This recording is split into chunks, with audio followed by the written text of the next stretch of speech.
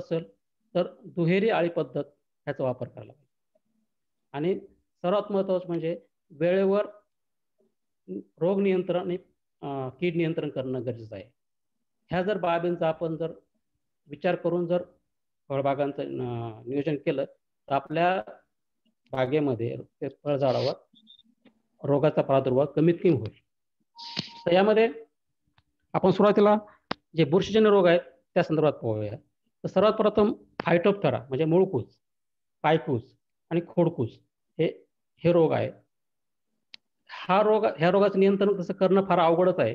कारण ही बुरशी कायमची त्या जमिनीमध्ये वास्तव्य करत असते. यावर्षी पाऊस फार पडला होता. जमिनीमध्ये वापसा नव्हता. त्याच्यामुळं ह्या बुरशीला पोषक असं वातावरण ह्या पिकाला ह्या बुरशीला आपल्याला शेतामध्ये पाहायला मिळालं. तर ह्या बुरशीचे जे जीवाणू आहेत, जसं पाऊस सुरू होतं, पावसाचं पाणी त्या शेतामध्ये साचायला लागतं. ह्या बुरशीचे बीज असतात, त्याला आपण झुस्पोर म्हणतो. हे जर्मिनेट होतात आणि हे खोडाला किंवा मुळाला इन्फेक्ट करतात. जर आपल्या बागेमध्ये खोडाला पाणी लागत असेल, हे बीजाणू पानाच्या प्रवाहामार्फत पोहोच जाऊन त्या खोडाजवळ जिथं इन्फेक्शन झालेलं असेल, तिथं छिद्र असेल, जिथं जखम असेल, त्या ठिकाणी इन्फेक्ट करून झाडाला त्याची लागण होते. तर त्यामुळे आपल्याला झाडाला एक तर दुहेरी आळा पद्धत करणं गरजेचं आहे किंवा बागेमध्ये पाणी साचणार नाही याची काळजी घेणं गरजेचं आहे. तर हा रोग कसा ओळखायचा? तर ज्यावेळेस पावसाळ्यामध्ये झाडं थोडे वाळायला लागतात, फांद्या वाळायला लागतात, झाडांची पानं निस्तेज होतात, पिवळसर पडायला लागतात, त्यावेळेस ह्या रोगाची लागण झाला असं आपण समजू शकतो. आणि त्याच पद्धतीने जे फेटोरोड असतात म्हणजे जे तंतुमय मुळं असतात, आपण जर झाडाचं मूळ उकरलं तर ते आपल्याला थोडेसे ब्राऊन किंवा काळपट कलरचे झाले दिसतात आणि त्या मुळामधून आपल्याला दुर्गंधी येते. वास घेतला त्याचा दुर्गंधी कान वास येतो. असं समजायचं का आपण तिथं ह्या रोगाची लागण झालेली आहे. जर ही रोगाची लागण वाढून गेली तर हा रोग मुळापासून खोडापर्यंत पोहोचतो आणि खोडाच्या ठिकाणी आपल्याला तिथं पायपूस ज्याला म्हणतात ती पायपूस दिसते. तर खोडाजवळ आपल्याला सर्वसाधारण जखम झालेली दिसते आणि त्या ठिकाणी उभ्या चिरा पडतात. त्या चिरामधून आपल्याला डिंकासारखा पदार्थ किंवा डिंकच पदार्थांना दिसतो. त्याला आपण डिंक्या रोग म्हणतो. ही लागण सुरुवातीला मुळापासून सुरू होते आणि खोडापाशी जाते आणि नंतर वर जाते. जर पाऊस आला तसं जसं रोगाचा प्रसार वाढेल तसं हा रोग पानावर आणि फळावर सुद्धा पडतो आणि त्याच्या फळांची गळ होते. तर ह्या रोगाचं नियंत्रण आपण कसं करणार? त्यासाठी आपण दरवर्षी शेतामध्ये ट्रायकोडर्मा जी बुरशी आहे, ज्याला आपण जैविक बुरशी म्हणतो, जैविक नियंत्रण करणं गरजेचं आहे. दरवेळेस प्रत्येक वर्षी ट्रायकोडर्मा बुरशी आपल्या जमिनीत टाकणं गरजेचं आहे. प्रत्येक झाडाला कमीत कमी 25 ग्रॅम बुरशी ही आपली जैविक बुरशी पडलीच पाहिजे. ह्याच्यामध्ये कुठलाही खंड पडू नये. कारण दरवर्षी जर आपण बुरशी टाकत राहिलं तर त्या ह्या जैविक बुरशीचं प्रमाण त्या जमिनीत वाढेल आणि हळूहळू फायटोप्थराच्या बुरशीचं प्रमाण कमी होईल. त्याच्यानंतर ज्या ठिकाणी झाडांना अशी लागण झाली आहे ते मुळं जर आपण उपरून घेतले तर त्या ठिकाणी जे खराब झालेले मुळं आहेत ते काढून टाकणं, कट करणं आणि त्या ठिकाणी कॉपर ऑक्सिक्लोराइड किंवा ताम्रयुक्त बुरशीनाशकाची आळवणी किंवा ड्रेंचिंग करणं आपण त्याला म्हणतो तसं करणं गरजेचं आहे. तर सध्याला आपल्या मार्केटमध्ये कर्जेट नावाचं एक औषध आहे. त्याच्यामध्ये सायमॅक्झोनिल प्लस मँकोझेब याचं मिश्रण आहे. हे अतिशय उत्तम औषध या मूळकूज किंवा फायटोप्थराला आपल्याला सध्याला बाजारात उपलब्ध असून ते वापरू शकतो. तर सरासरी 2 ग्रॅम 2 ते 2.5 ग्रॅम कर्जेट नावाचं औषध घेऊन ते पर लिटर पाणी, 1 लिटरमध्ये 2 ग्रॅम पाणी, 1 लिटरमध्ये 2 ग्रॅम कर्जेट औषध टाकायचं आणि एका झाडाला सरासरी 15 ते 20 लिटर प्रमाणात ह्या बुरशीनाशकाची आळवणी करायची. आळवणी करताना ज्या ठिकाणी झाडाची जी सावली पडते, जी कॅनॉपी म्हणतो आपण, त्या ठिकाणी एक आळं करून छोटंसं त्या ठिकाणी आपल्याला हे द्रावण ओतायचं. त्याच्यानंतर झाडाला पावसाळा संपल्यानंतर आणि पावसाळ्याच्या आधी बोर्ड पेस्ट लावणं गरजेचं आहे. तर बोर्ड पेस्ट तयार करताना 1 किलो चुना, 1 किलो मोरचूत, 10 लिटर पाणी या प्रमाणात द्रावण तयार करायचं आणि झाडाला जमिनीपासून 2.5 फुटापर्यंत 2.5-3 फुटापर्यंत हे बोर्ड मिश्रण लावायचं, जेणेकरून झाडाला ह्या रोगाचा बुरशीचं लागण होणार नाही. पावसाळ्यापूर्वी आणि पावसाळ्यानंतर म्हणजे ऑक्टोबर महिन्यामध्ये 2 वेळेस हे वर्षातून एकदा करायचं. ह्या पद्धतीने आपण फायटोप्थरा जी बुरशी आहे, मूळकूज, पायकूज, डिंक्या याचं आपण नियंत्रण करू शकतो. त्याच पद्धतीने झाडाला दुहेरी आळ्या पद्धतीनेच पाणी द्यायचं. झाडाच्या खोडाला पाणी लागणार नाही याची काळजी घेणं अतिशय गरजेचं आहे. त्याच्यानंतर दुसरा एक महत्त्वाचा रोग आहे तो म्हणजे कँकर. ह्या वर्षी कँकरचं प्रमाण लिंबूवर्गीय पिकामध्ये फार मोठ्या प्रमाणात आढळलं. कारण ह्या वर्षी पाऊस हा सतत पाऊस पडत होता आणि ह्या जीवाणूला पोषक असं वातावरण ह्या वर्षी मिळालं. त्याच्यामुळं ह्या रोगाचा प्रसार जवळजवळ महाराष्ट्रामध्ये किंवा आपल्या नगर जिल्ह्यामध्ये किंवा ऑल ओव्हर महाराष्ट्रामध्ये पाहिलं तर सगळीकडे आढळून आलेला आहे. तर कँकर रोग हा बॅक्टेरियाजन्य म्हणजे जीवाणूजन्य रोग आहे. जॅन्थोमोनास ऑक्झिनोपोडिस एव्हिसिट्री या बॅक्टेरियामुळे हा रोग होतो. तर हे जे जीवाणू असतात हे सुरुवातीला जमिनीमध्ये झाडाचा जो पालापाचोळा पडला असतो त्या पालापाचोळ्यावर वास्तव्य करत असतात. आणि जसा पावसाळा सुरू होईल हे जीवाणू जर्मिनेट होतात आणि ह्याची लागण हवेमार्फत किंवा पावसाच्या पाण्यामार्फत झाडांना होत असते. ज्या ठिकाणी ह्या रोगाची लागण झालेली असते अशा झाडाचे जर तुम्ही पानं पाहिले तर पानावर सुरुवातीला पिवळसर ठिपके दिसतात. थोडेसे पांढरे पिवळसर ठिपके दिसतात. त्याच्या भोवती एक पाणथळ असं वलय तयार झालं असतं. पाणथळ ठिपके आणि त्याच्या भोवती एक पिवळं असं वलय झालेलं दिसतं. आणि जसं हे रोग वाढत जाईल तसंच हा ठिपका ब्राऊन कलरचा आणि खरबडीत होतो. म्हणजे हाताला सहज लागतो. खरबडीत दिसतो. तर असे ठिपके जेव्हा पानावर पडतात, जास्त ठिपके वाढलं तर झाडाचे पानं हे गळून पडतात, पिवळे पडतात, गळून पडतात. जर फांदीवर जर कँकर रोग आला तर फांदी मर होते. त्या ठिकाणी त्या फांद्यावर अनेक प्रकारचे रोग मला डाग दिसतात आणि त्या ठिकाणी फांद्याची मर सुरू होते. जर ह्या रोगाची लागण फळावर झाली तर फळावर आपल्याला खरबडीत आकाराचे किंवा खरबडीत असे ठिपके दिसतात. जे फळावर जे ठिपके असतात त्याच्या भोवती आपल्याला कुठल्याही पिवळ्या कलरचं वलय दिसत नाही. पण आपल्याला तांबूस कलरचे ठिपके आढळून येतात. तर त्याला लिंबावर हा फार मोठ्या प्रमाणात हा रोग आपल्याला आढळून येतो. त्याच्यामुळे काय होतं झाडाच्या मार्केट म्हणजे बाजारपेठ असते ती कमी होऊन जाते.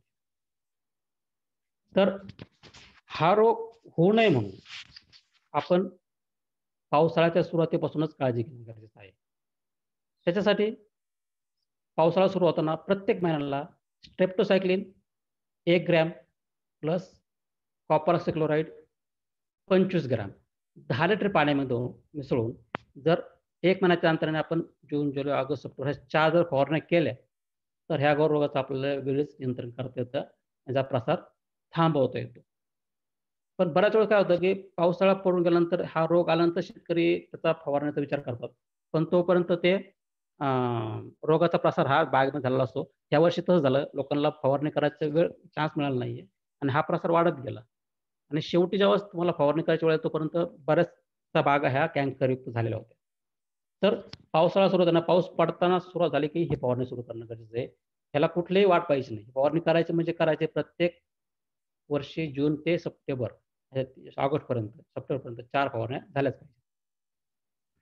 आणि ज्या ठिकाणी फांदी मर झालेली आहे, ज्या ठिकाणी फांद्यावर असे राग दिसतात ते फांद्या कट करणं गरजेचं आहे. पानं फळं जे रोगीत फळं जे जमिनीवर पडलेत हे वेळेच उचलून काढणं गरजेचं आहे.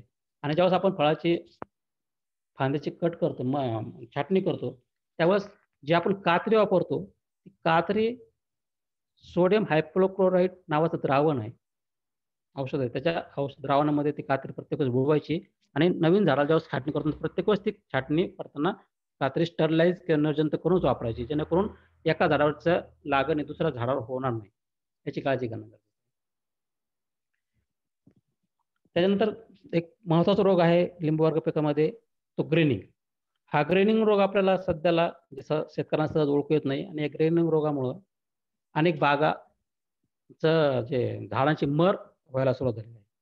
हा मोठ्या प्रमाणात रोग होतोय आणि ह्या रोगाला कुठलंही नियंत्रण तसं नाही. एकदा जर झाडाला रोग झाला तर परत ह्या रोगावर नियंत्रण मिळवणं अवघड जातं. हा रोग होऊ नये याची शेतकऱ्यांनी फार मोठी काळजी घेतली पाहिजे. हा ग्रेनिंग जो रोग होतो तर ते लक्षणं असतात ते सहज आपल्याला ओळखता येत नाही. बऱ्याच वेळेस काय होतं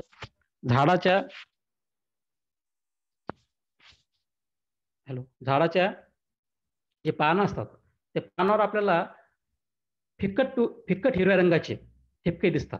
जर झाडाचं पान जर पाहिलं तर मधली जी महत्वाची मेन शीर असते त्याच्या एका बाजूला आपल्याला हिरवट रंगाचे ठिपके दिसतात, त्याच्या बाजूला ठिपके दिसत नाही. परत पुढच्या साईडला एका बाजूला ठिपके दुसऱ्या ठिपके नसतात, त्याला आपण असिमेट्रिक पद्धत म्हणतो.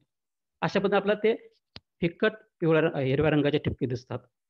पानाच्या ज्या शिरा असतात त्या पिवळ्या झालेल्या असतात आणि पान हे वाढत असताना सूर्यप्रकाशाच्या दिशेने जास्त वाढतं, सरळ स्ट्रेट पानाची वाढ झालेली दिसते. त्याप्रमाणे जे झाडाचे फळ आहेत, हे फळं आपल्याला जर पाहिलं तर फळाचा अर्धा भाग हा हिरवा झालेला असतो आणि अर्धा भाग हा पिवळसर असतो आणि फळाचा आकार हा लंबगोलाकृती झाला असतो. आपण त्याला लोपसीड म्हणतो. फळ लंब आकारात फळ झालं असतं. सहज आपण ते झाडाच्या फळावरून आपण सांगू शकतो की हा ग्रेणू झालेला आहे. त्याचबरोबर पानावर हे असे जे सूक्ष्मान्नद्रव्य जसे झिंक आणि आयर्न ह्या अन्नद्रव्याची कमतरता असते, जसे लक्षण असतात, तशा पद्धतीचे लक्षण आपल्याला ह्या ग्रेनिंग झालेल्या झाडावर दिसून येतात. त्याच्यामुळे आपल्याला हे कळत नाही ह्या सूक्ष्मान्नद्रव्याचं कमतरता आहे की ग्रेनिंग डिसीज आहे. तर ह्यासाठी आपल्याला त्या रोगाचं नियंत्रण लॅबोरेटरीमध्ये आपल्याला त्या रोगाचं डिटेक्शन हे लॅबोरेटरीमध्ये करणं गरजेचं असतं की हा व्हायरस आहे की आपला बॅक्टेरिया आहे की नाही, ग्रेनिंग आहे की नाही. आणि हा जो बॅक्टेरिया असतो हा झाडाच्या फ्लोएम टिश्यू म्हणजे ते अन्नद्रव्य वाहणारे जे नळे असतात त्या ठिकाणी वाढतो. त्याच्यामुळे ह्याचं नियंत्रण करणं फार अवघड असतं. ज्यावेळेस हा बॅक्टेरिया त्या फ्लोएममध्ये वाढत असतो तर त्या ठिकाणचे जे अन्नवाहू नळ्या असतात त्या ब्लॉक होतात. ब्लॉक झाल्यामुळं झाडाला जो अन्न पुरवठा होत असतो तो थांबला जातो. त्यामुळे झाड आपल्याला वरून फांद्याकडून वाळायला सुरुवात झालेली दिसते. ह्या झाडाची जे फळं असतात ते फळं जर आपण ते चव जर पाहिली ती तर तुरट झालेली दिसते. त्याच्यामध्ये आपल्याला कुठल्याही प्रकारचे सीड्स किंवा सीड हे अबॉर्टेड म्हणतो. सीड हे म्हणजे बी झाड परिपक्व होत नाही ज्या झाडाला फळाची रोगाची लागण झालेली असं झाडावर. त्याच पद्धतीने जर झाडावर आपण जर लांबून पाहिलं तर त्या झाडाचा एक ठराविक भाग, एखादी ब्रँच, एखादी फांदी फक्त आपल्याला पिवळसर दिसते, बाकीचा सर्व भाग आपल्याला हिरवा दिसतो. आपण लांबून सुद्धा हे झाडाची आपण लक्षणं ओळखू शकतो. पण जर खात्री करायची असेल तर आपल्याला लॅबोरेटरीमध्ये जाऊनच त्याचं डिटेक्शन करून त्या रोगाची आपल्याला खात्री करावी लागते. तर हा रोग कशामुळे होतो? तर झाड शेतामध्ये जी सिला नावाची जे कीड असते, सिट्रस सिला, ह्या किडीमार्फत हा रोग पूर्ण बागेत पसरत असतो. तर झाडाला जेव्हा नवीन पालवी फुटते, प्रत्येक बहाराच्या जेव्हा नवीन पालवी फुटते, तर ह्या पालवीचं ह्या सिलापासून नियंत्रण करणं गरजेचं आहे. आणि आपल्या बागेमध्ये असं जर रोगग्रस्त झाड असेल ते वेळीच काढणं गरजेचं असतं. काय होतं जेव्हा सिला कीड वाढते ही कीड या रोगग्रस्त झाडावर बसते, तिथलं अन्नद्रव्य शोषून घेते आणि त्या रसाबरोबर हा बॅक्टेरिया त्या किडीच्या शरीरात जातो आणि कीड जेव्हा परत नवीन झाडावर जाते शोषणासाठी, रस शोषणासाठी, त्यावेळेस ते बॅक्टेरिया त्या दुसऱ्या झाडामध्ये सोडतात. अशा पद्धतीने एका झाडावरून दुसऱ्या झाडावर ह्या रोगाची लागण आपल्याला झालेली दिसते. तर ह्या सिट्रस सिला किडीचं वेळेत नियंत्रण करणं गरजेचं असतं. त्यासाठी ज्यावेळेस झाडाला बहार येतो, नवीन बहार होतो, पालवी फुटते, त्यावेळेस सुरुवातीला आपण 10,000 ppm निमिसाइड, निंबोळी अर्काची जर फवारणी केली 3 ml पर लिटर या प्रमाणात, तर ह्या सिलाचं आपण नियंत्रण करू शकतो. त्याबरोबर पहिल्या 7 दिवसामध्ये नवीन पालवी फुटताना निमार्कची फवारणी करायची. त्यानंतर 7 दिवसानंतर आपल्याला स्टेनोसाइड किंवा टाटामिडा, इमिडाक्लोप्रिड जे औषध आहेत, सिस्टमॅटिक इन्सेक्टिसाइड, ह्याची फवारणी करणं गरजेचं असतं, जेणेकरून ही कीड आपण नियंत्रणात शकतो.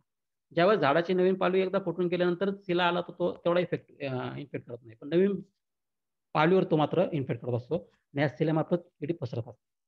त्याचबरोबर हे ज्या झाडाला लागण झालेली आहे, त्या झाडाला आपण जर समतोल प्रमाणात अन्न पुरवठा केला, तर झाडाची आपण आयुष्य वाढू शकतो. कारण आता झाडाला लागण झाली तर झाड आज ना उद्या ते मरणारच आहे. त्याला काही चॅलेंज नाहीये. ते बॅक्टेरिया आपण कंट्रोल करू शकत नाही. पण त्या झाडाची आपण ताकद वाढवून त्याचं लाईफ वाढवू शकतो. त्यासाठी आपण त्या झाडांना पोटॅशियम फॉस्फोनाइट ह्याचं एक 3 ml 4 ml पर लिटर या प्रमाणात स्प्रे घेऊ शकतो किंवा अँटिबायोटिक्स टेट्रासाइक्लिन हायड्रोक्लोराइड नावाचं एक antibiotic 1 gram per 10 litre of water, म्हणजे 1 ग्रॅम 10 लिटर पाण्यामध्ये मिसळून आपण फवारू करू शकतो. कारण त्या अँटिबायोटिकमुळे जे बॅक्टेरिया ज्या फ्लोमध्ये आहेत त्याचं मल्टिप्लिकेशन, त्याची वाढ थांबवू शकतो आणि झाडांना सतत समतोल अन्नद्रव्याचा पुरवठा केल्यामुळं झाडाची ह्या रोगाला प्रतिकारक करण्याची क्षमता वाढू शकते. त्यामुळे झाड हे झाडाचं आपण आयुष्य वाढू शकतो. पण जर फारच मोठ्या प्रमाणात रोग झाला असेल, तो जर कंट्रोल होत नसेल, असं झाड ह्या शेतामधून काढणं गरजेचं आहे, जेणेकरून ह्या रोगाचा प्रसार दुसऱ्या झाडावर होणार नाही. त्याच्यानंतर एक महत्त्वाचा रोग आहे, तो म्हणजे काजळी. तर बऱ्याच ठिकाणी आपल्याला काजळी हा रोग दिसतो, पण शेतकरी त्याच्याकडे दुर्लक्ष करतात. ही काजळी कशी असते, की पानाचे वरचा जो भाग असतो, त्या भागावर आपल्याला काळी पावडर झालेली दिसते. एक कॅपनोडियम नावाची बुरशी असते. ती बुरशीमुळं पूर्ण पान हे काळपट झालेलं असतं. जर पान काळपट झाले, तर झाडाचे पूर्ण पान जर काळपट झाले, तर त्या ठिकाणी प्रकाश संश्लेषणाची क्रिया असते, फोटोसिंथेसिस क्रिया, जेणेकरून त्याच्यामुळं झाडामध्ये अन्नद्रव्य तयार होतं. तर ती क्रिया थांबते. त्यामुळे झाडामध्ये द्रव्य तयार करण्याची क्रिया थांबून त्याचा झाडाच्या वाढीवर परिणाम होतो. ही बुरशी झाडामध्ये किंवा झाडाला कुठल्याही प्रकारचा हानी पोहोचवत नाहीये. पण प्रकाश संश्लेषणाची क्रिया थांबल्यामुळं झाडामध्ये अन्नद्रव्य तयार होत नाही. झाडाच्या वाढीवर त्याचा परिणाम होतो. ती बुरशी का तयार होते? ज्या सकिंग पेस्ट आहेत, रस शोषणारे किडे आहेत, जसं मावा आहे, चिला आहे, नंतर तुमचा थ्रिप्स आहेत, ह्याचे सकिंग पेस्ट आहेत, मिलीबग्स आहेत. तर हे वाढत असताना एक साखरेसारखा पदार्थ आपल्या शरीरातून बाहेर सोडत असतो. तो पदार्थ या पानावर पडतो, फांद्यावर पडतो आणि त्या ठिकाणी या कॅप्टन नावाची बुरशी वाढत असते. आणि या बुरशीमुळे पूर्ण झाड तुम्हाला काळपट झालेलं दिसतं. तर ह्या रोगाच्या नियंत्रणासाठी जर रोग झाला असेल, तर आपण सिंपल आपण जर साधं पाणी जरी फवारलं, पाण्याने जरी झाडं धुवून घेतलं थोडं निरमा टाकून, तरी बुरशी आपल्याला धुवून काढू शकतो आपण. त्याचबरोबर ज्या सकिंग पेस्ट आहेत, त्या वेळीच नियंत्रण करणं गरजेचं असतं. त्यासाठी आपण कुठल्याही सिस्टमॅटिक रोगर असेल किंवा टाटामीडा असेल, इमिडाक्लोप्रिड असेल, त्याची फवारणी करून आपण ह्या सकिंग पेस्टचं नियंत्रण करू शकतो. त्याच्यानंतर एक महत्त्वाचा रोग आहे, तो म्हणजे व्हायरस, सिट्रस ट्रिस्टिजा. आपल्याकडे त्या रोगाचं प्रमाण सध्याला कमी आहे, पण तो एक महत्त्वाचा रोग आहे. त्याच्यामुळे झाडामध्ये डायबॅक नावाचा जो आपण या सुरुवातीला बोललो, तसं एक मोठ्या प्रमाणात झाडाची रास किंवा मर होत असते. तर ह्या व्हायरसचं जे लक्षणं आहेत, ती आहे की झाडाची पानं आहे ना, सुरुवातीला पिवळे पडतात. झाडावर असं मोझॅक सिम्प्टम्स दिसतात. झाडाची पानं रेड होतात. झाडाच्या शिरा असतात, त्या पिवळ्या होतात. तर झाडाचं पान आपण जर सूर्यप्रकाशाकडे पाहिलं, तर ते आपल्याला झाडाच्या शिरा स्पष्ट पोकळ शिरा आपल्याला दिसतात झाडावर. आणि झाडं असे गुच्छामध्ये पानं असतात त्याचे येतात. आणि पूर्ण झाड आपल्याला पिवळं पडल्यासारखं दिसतं. त्याचबरोबर झाडाचे जे खोड असते, जिथं जॉइंट असतात, जिथं तुमचा जो कलमचा जॉइंट असतो, त्या ठिकाणी सुईसारखे छिद्र पडलेले आपल्याला दिसतील. ते आपण पिट्स म्हणतो, पिट्स. तर ह्याचं व्हायरसचं डिटेक्शन करणं हे आपण लॅबमध्ये करू शकतो. पण हा व्हायरस होऊ नये, त्या बागेमध्ये आपल्याला येऊ नये, त्यासाठी आपण जी कलम आणतो, तीच मुळात रोगमुक्त कलम आणली पाहिजे. जर रोगग्रस्त कलम आणली, तर ह्या व्हायरसला परत कुठल्याही प्रकारचं नियंत्रण आपण करू शकत नाही. तर रोगमुक्त कलमाचा वापर करणं गरजेचं आहे. त्याचबरोबर जे ॲफिड्स आहेत, मावा आहे, ह्याचं नियंत्रण करणं गरजेचं आहे. त्या मावामार्फत ॲफिस गोसेबी नावाची जी मावाची कीड आहे, त्याच्यामार्फत हे व्हायरसचं मल्टिप्लिकेशन किंवा प्रसार या प्रत्येक झाडामध्ये, बागेमध्ये होत असतो. तर ह्यासाठी आपण झाडाची नवीन पालवी फुटते, त्यावेळेस सकिंग पेस्ट कंट्रोल करणं गरजेचं आहे. आणि झाडाला प्रत्येक म्हणजे पावसाळा सुरू होताच स्टेप्टोसायक्लिन 1 ग्रॅम 10 लिटर पाण्यामध्ये किंवा टेट्रासायक्लिन हायड्रोक्लोराइड 1 ग्रॅम 10 लिटर पाण्यामध्ये मिसळून जर फवारणी केली, तर ह्या व्हायरसचं आपण थोडंफार नियंत्रण करू शकतो. आणि झाडाला हा समतोल अन्न पुरवठा करणं, ज्या ठिकाणी ग्रीनिंग डिसीज असेल किंवा व्हायरल डिसीज असेल, त्या झाडांना समतोल अन्न पुरवठा करणं गरजेचं असतं. सूक्ष्म द्रव्य झाले, नंतर नायट्रोजन आलं, फॉस्फरस आलं, पोटॅश आलं, त्याला समतोल अन्न पुरवठा करणं गरजेचं असतं. जेणेकरून झाड आपण सशक्त करू शकतो. या रोगाला बळी पडणार नाही किंवा रोगाला टॉलरंट म्हणू आपण त्याला. अशा पद्धतीने झाडाची आपल्याला निगा राखावी लागते. आणि ज्यावेळेस आपण हे सगळे रोग पाहत असतात ना, ज्यावेळेस आपण बाग लावतो, ते बागेत लावण्यापासूनच जर हे सगळ्या गोष्टीची सुरुवात केली, तर आपल्या बागा जसं झाड मोठं होईल, तसं जर झाड सुरुवातीपासूनच रोगग्रस्त झालं, तर पुढच्या झाडाची वाढ होते, सगळ्या अख्ख्या बागेमध्ये रोग पसरतो. तर ह्याची त्याला आपण सॅनिटेशन प्रॅक्टिस म्हणतो. म्हणजे झाडामध्ये बागेमध्ये स्वच्छता ठेवणं हे फार गरजेचं. बांधावर जे गवत वाढलेलं असते, गोळवे वाढले असते, ह्याचं नियंत्रण करणं गरजेचं. कारण ह्या ठिकाणी किडीचा प्रसार होत असतो. त्या ठिकाणी आपलं वास्तव्य करतात. तर ह्याच्यामध्ये आपल्याला काही महत्त्वाचे किडे आहेत. त्या सिट्रसिलाच्या किडी आहे, सिट्रसिला आहे, मावा आहे, त्याच्यानंतर थ्रिप्स आहेत, मिलीबग्स आहे. ह्या किडीचं वेळीच नियंत्रण करणं गरजेचं असतं.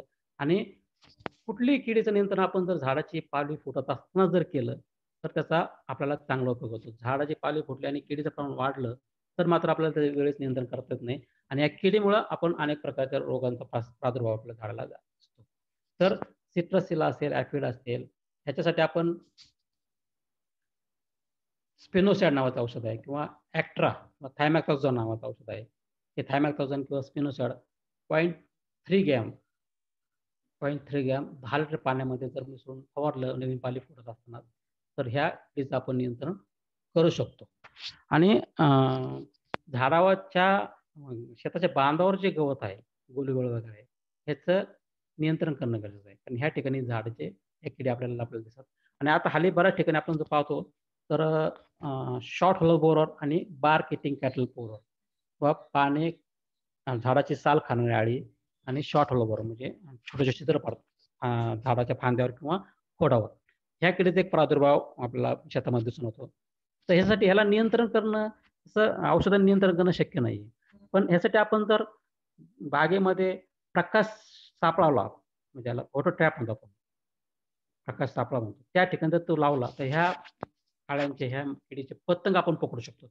नर पतंग पकडू शकतो. ह्याला कुठल्याही प्रकारचं आपल्याला असं औषधी नियंत्रण आपण करू शकत नाही.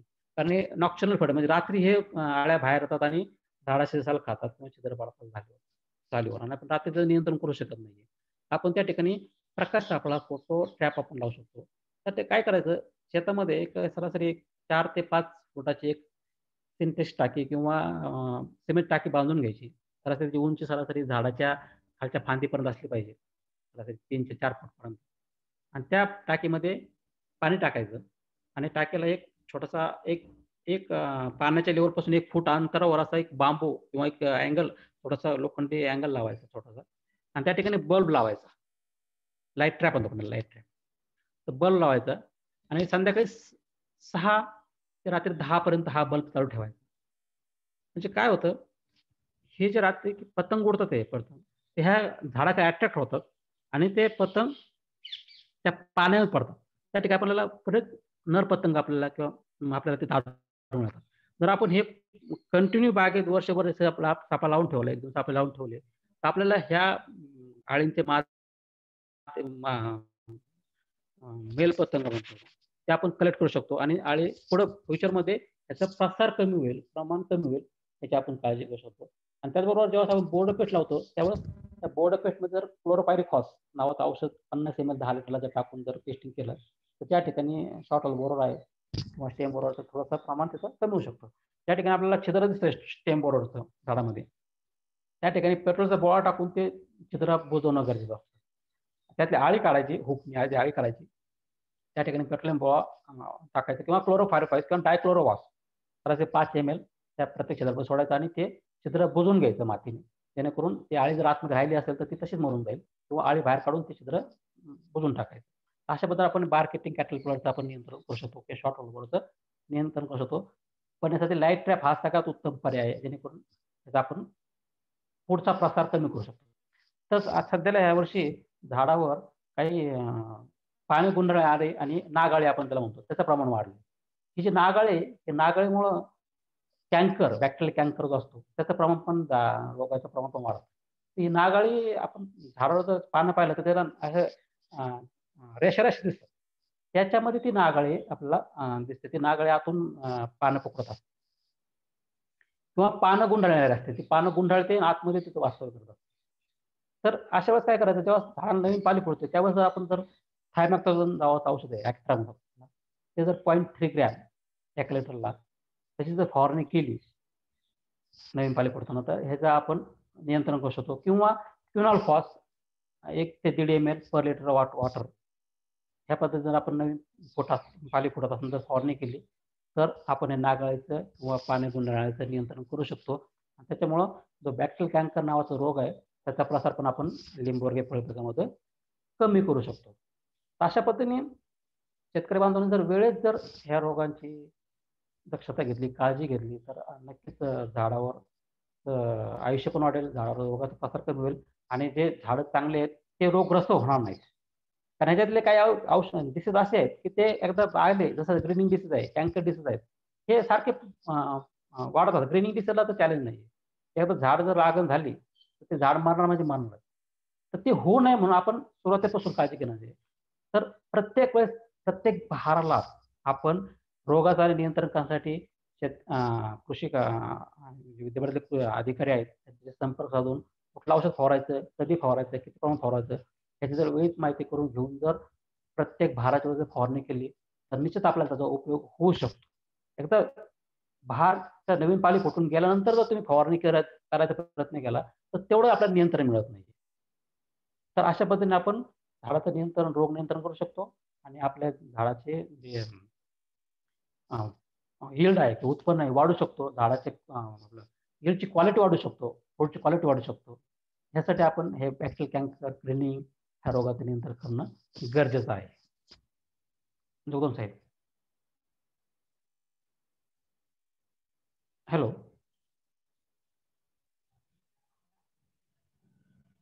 हां, शेतकरी बांधवांनो.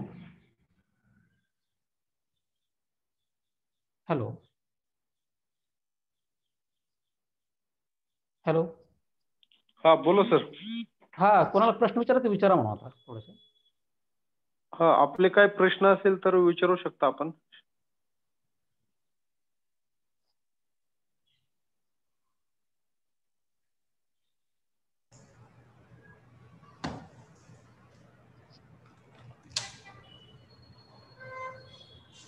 जोगदंड सर. हां.